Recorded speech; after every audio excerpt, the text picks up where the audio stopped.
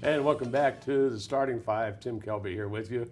And the big guy sitting next to me is Dirk Schultz, the professional at Beaver Creek Country Club. And nice and tan from his trip out west to Sun River, or wasn't there a whole lot of at the more golf rain? tournament, Yes. It was rain, but then we had a little family trip to Yellowstone. We got a little sun there. Well, unfortunately, you had the time to make that trip. Yes, unfortunately. Eighth trip out to the PGA, what's known as the PGA Players National Championship.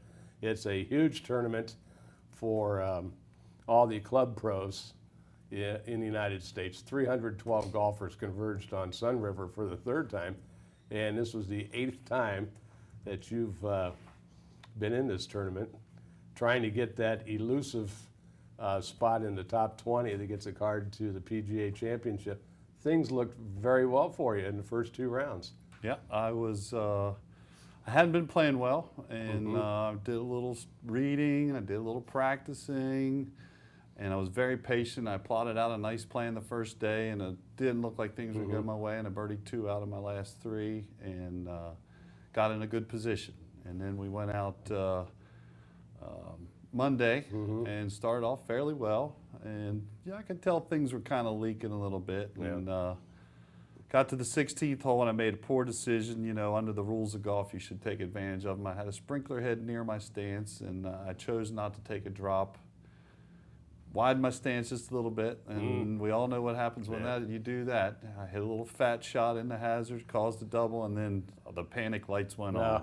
Well, and I'm sitting back here following the scores, and I knew you had to be pretty happy opening with the 14 bars to start your round on Sunday. Absolutely. And then I saw those 2 birdies come up on 15 and 16, and then obviously you finished with 2 pars to finish 200 in the opening round. And I'm thinking to myself, well, I'll bet you that he left a couple of birdies on the golf course somewhere in those first 14. But the second round, you just talked about the one hole that started getting you in trouble. It's easy to lose concentration then, isn't it?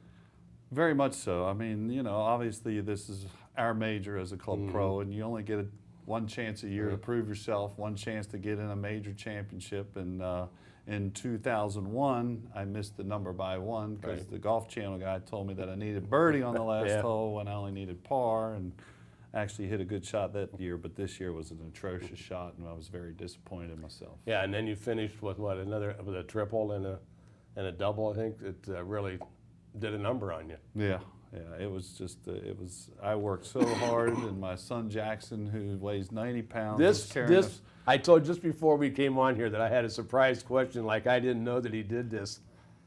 His son, 90-pound Jackson, the bag has obviously got to be heavier than him. Well, it was. How did he get that around? 45 pounds. It was raining. It was cold, and he just kept trudging. We had a practice round. He said, "Dad, I'm tired." I said, "Well, it's too late now, buddy.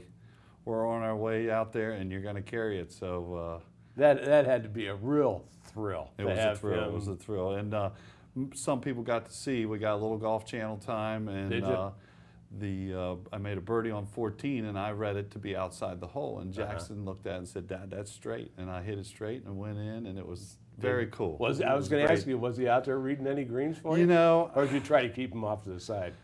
He's getting it now. He did the Maryland Open last year and some qualifying stuff, so he's starting to understand his etiquette on the golf course as a caddy, and we just had a blast out there. I'm very proud of him. He's a great kid. Is he going to golf? I know he did a little bit last year. He caught a little bit of the bug. We got lucky enough to play with the national champion David Hutzel in our practice rounds, and David and him had some fun, and we had some fun together. And he's one of the boys now. It's very cool. Yeah, that's cool. So with that trip out there, next up for you now is the Maryland Open, which comes up Monday, Tuesday, and Wednesday of next week at the Country Club of Maryland. 8:47, your first tee time. What are the prospects? You know, again, I'm not playing as well as I'd like.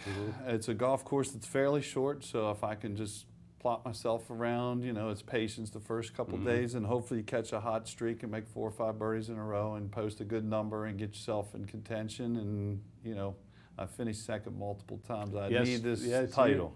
You are a in some regards, you are a bridesmaid in your own way.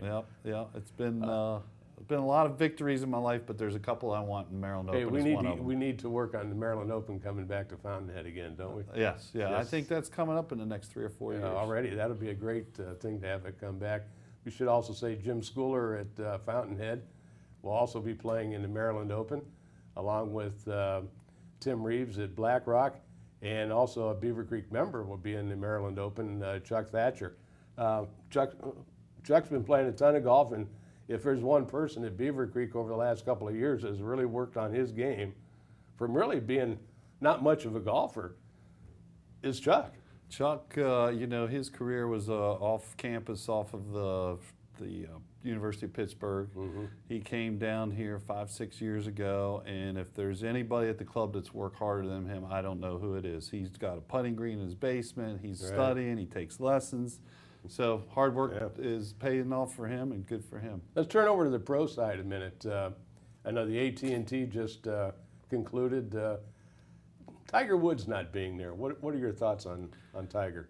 I'm a Tiger fan. I always root for records and greatness, and he is definitely disappointing a lot of people, and especially I can't imagine being a member of Congressional, paying those dues, coming in, torturing your golf course, and then Tiger doesn't show up. Right. I wouldn't be happy if I was those people. It's one thing to be there to present the award, but to play is another thing. Yeah, I mean, I don't know. You and I would be playing no matter what. Oh, absolutely. Absolutely. The U.S. Open, Justin Rose, another winner. Are we going to see an American major again? I sure hope so, but it sure does seem like through the Ryder Cups, the dominance, hopefully the Americans aren't getting too comfortable with making too much money, and finishing second and third is good enough for them. And then we've got the Women's Open just concluded. Third straight major for NB Park. Is an American woman going to win a major? I don't think there's any mystery with this, the ladies tour.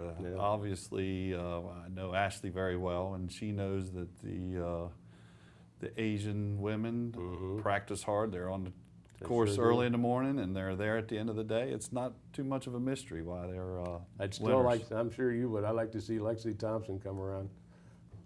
I'd like to see Ashley Greer back Oh, well, out there. Ashley Greer there too. It'd be nice to see one of them come out a victor somewhere. Dirk, thanks a lot for being with us. Appreciate the time. Thank Good you. luck Monday. Thank you. That's it for the starting five. We'll see you again real soon.